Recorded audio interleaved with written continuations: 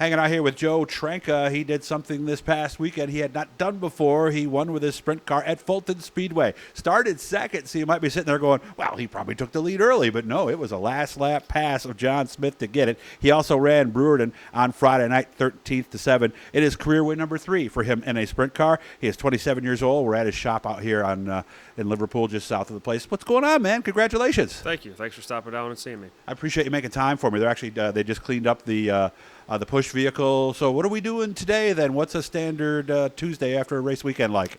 Usually Tuesday's maintenance day.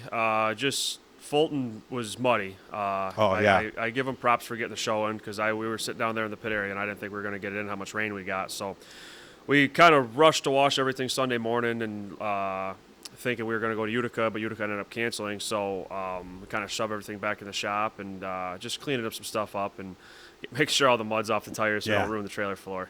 Yeah, we had the same situation out at Atlanta Legends Raceway. What time did they actually start racing on Saturday then? I would say it wasn't too far off normal time. I mean, we got done a lot earlier than expected. I think they were a little low on car count just because I think of the weather. Sure. As far as the modifieds and the other divisions went, we still had 23 cars, which wasn't bad for the the weather forecast. And but no, they did a great job. They rushed the program along, and it was nice. I figured, and so did a lot of other of us, that we weren't going to be out of there till midnight. But Corey and his guys there, they did a good job. Good job. Glad to hear that. So tell me about it. Was it one of those hammer down nights, basically? Yeah, it was good. I mean, it was fast, early, to be expected with all the weather. But come heat race and even feature time, I don't want to say it slickened up, but it kind of got dirty and got racy, and the bottom came into play and the middle came into play, and it was a really good racetrack. I heard that they put clay on Brewerton. I don't know if they did on Fulton. I heard yes and no. I'm not sure, but if they did a very good job at it. Nice. They usually do. They got absolutely. a great crew up there,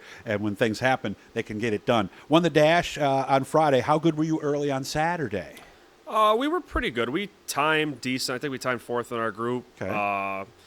Started 3rd in the heat race, got to 2nd, which put us in the redraw, and was able to draw 2nd for the feature, and ran around 2nd most of the race. Every time we got to lap traffic, I was able to close and peek my nose in there, and caution would always come out. It seemed like as soon as we got to lap traffic, but we had a late race restart, and I was able to take the lead on the restart, came around to the white flag, and led that lap, and then came around and took the checkered, but they had a pile up in the backstretch, and I guess enough of us didn't cross the finish line, so we had to wait for the red flag and go back to a green-white together to a checkered. Gotcha. Okay. So where were you? Where was John as you were trying to run him down?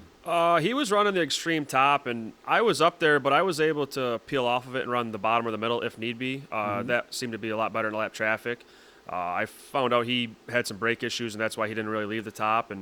But I was hoping for lap traffic. We'd seem to close right in on him every time we got to lap traffic, and like I said, I was more maneuverable than him, so that was good, and it all worked out. Yeah, so you were good in each of the 3 lanes, because Fulton is one of those tracks we always refer to it as 3 lanes, because it is. Absolutely, right? Yeah. No, it was a very good track surface. I mean, it was. I'm sure some people didn't like it that fast, or it might not have been as racy when it gets super super slick, but it was extremely good. Okay, so now, did you have the lead when that red flag came out, and did you restart in the lead? Yeah, we crossed the line. The checkered was out, and as soon as I crossed the line, the red lights came on. So I was kind of bummed because I didn't hear over the race receiver, but I heard the announcer once I took my helmet off on the red flag that the race wasn't over. We still had, to go back to a green-white together and then to a checkered. So basically it was a one-lap dash. So I knew starting first, being able to kind of control it, I can control the start. And because Johnny before, he was making it tough on the restarts to figure out when he was going to go. He kind of went late to start the race. Then he was going early.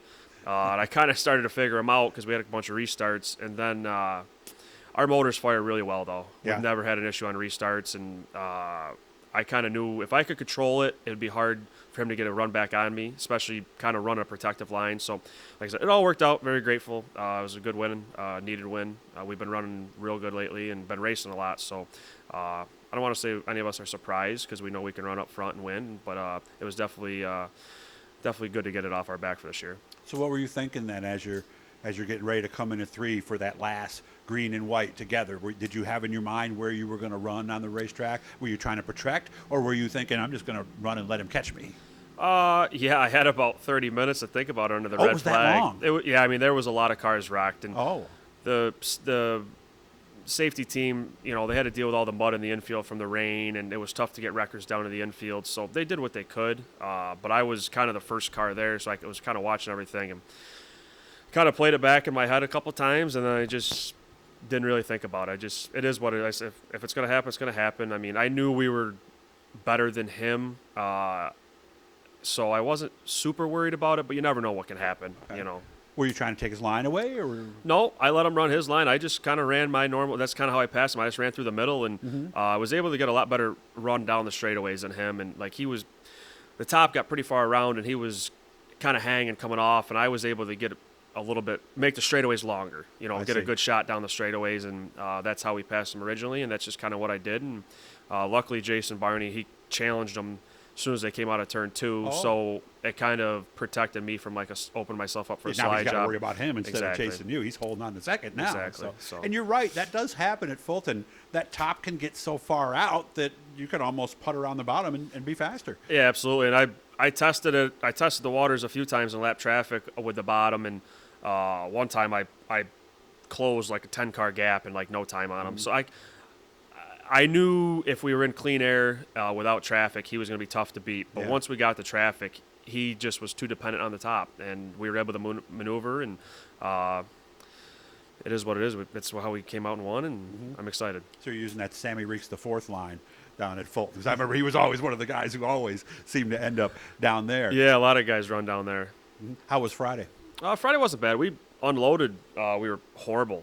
Yeah. Usually we time travel very, very well, and just wasn't good out of the box. And especially with ESS, if you're not able to time good and be fast out of the box, you seem to struggle all night. And yes. We started 9th in a very, very stacked heat race and was able to get to 6th, which put us in the dash. And I'm glad we were in the dash rather than the redraw because it gave us more track time. Right. Started 4th in the dash, was able to win that, and started 13th in the feature, and was able to get up to 7th. We got battled up 5th and 6th with Larry and Heil there, and we weren't bad at all. We were good, just, I don't want to say run out of laps, but that was another long race, a lot of cautions, kind of an attrition race, and that track was good though too. The top was good, the bottom was good. I know Logan won it on the bottom, and both nights were great track surfaces and fun to race on. This weekend will be Weedsport. Next weekend is the Sprint Car Nationals up at Oswego. And if you ever want to really take a road trip, right, that would be a good one for a fan to go see if they've never been there, right? Absolutely. Glenn and his whole team there, they do a phenomenal job. I mean, this year was the first time we were back there. I would say last Canadian Nationals last year was the last time we were there since before COVID, due to COVID. Oh. So the improvements when we pulled in, it's like a whole new racetrack. I mean, the pit area is almost 100% paved or concrete. Just everything he has. I mean, he has sweepers there every morning cleaning off those concrete pads for you. He's got wash areas, huge new concession towers. It's a top-tier facility, and we appreciate Glenn putting on big races for us. It's tough to get people to put on big money races, and he certainly puts the money up, and hopefully he gets a lot of support this year. And it's not just the facility; the racetrack is known as one of the raciest around. Yeah, that's a real good racetrack. Yeah. And it's funny, you go up there for Canadian Nationals, and Friday night's usually as fast as the track's been all year, and hammer down, and then Saturday it's an ice rink. So you kind of get the best of both worlds up there, and it does produce very good racing. I know we're almost out of time, so I do want to remind you, too. We talked to him about the Silver Crown car when we were at the Motorsports Expo. He'll have that. Is that the weekend after that, or is it 2 weekends out at Eldora? It'd be the weekend after Canadian Nationals. I believe it's 21st, 22nd. All right, the we Silver Crown Nationals is what that is. So let me see. We figured out it was midgets. Wingless sprint cars, wing sprint cars, and Silver Crown cars. Gotcha. Oh, so we going to bring both? No, we're not going to bring the Fords. Okay. We're going to go out there and just focus on the Silver Crown car this year, and it'd be our first race with it. So kind of we put a lot of work into it on the off season, and we want to put our best foot forward with it and just make that the sole focus of attention. If you look and search his name, you'll find it. When we talked about it in March, you'll actually get to see it too. So we are out of time. It happened so fast. I appreciate you making time for me. Guys, make sure to subscribe, turn on the notifications. We're going to try to do some more stuff here. We're still working on the ale and knee and everything else, but good to see you again. I appreciate you making time for me, Joe. Thank you very much. Thanks, Doug.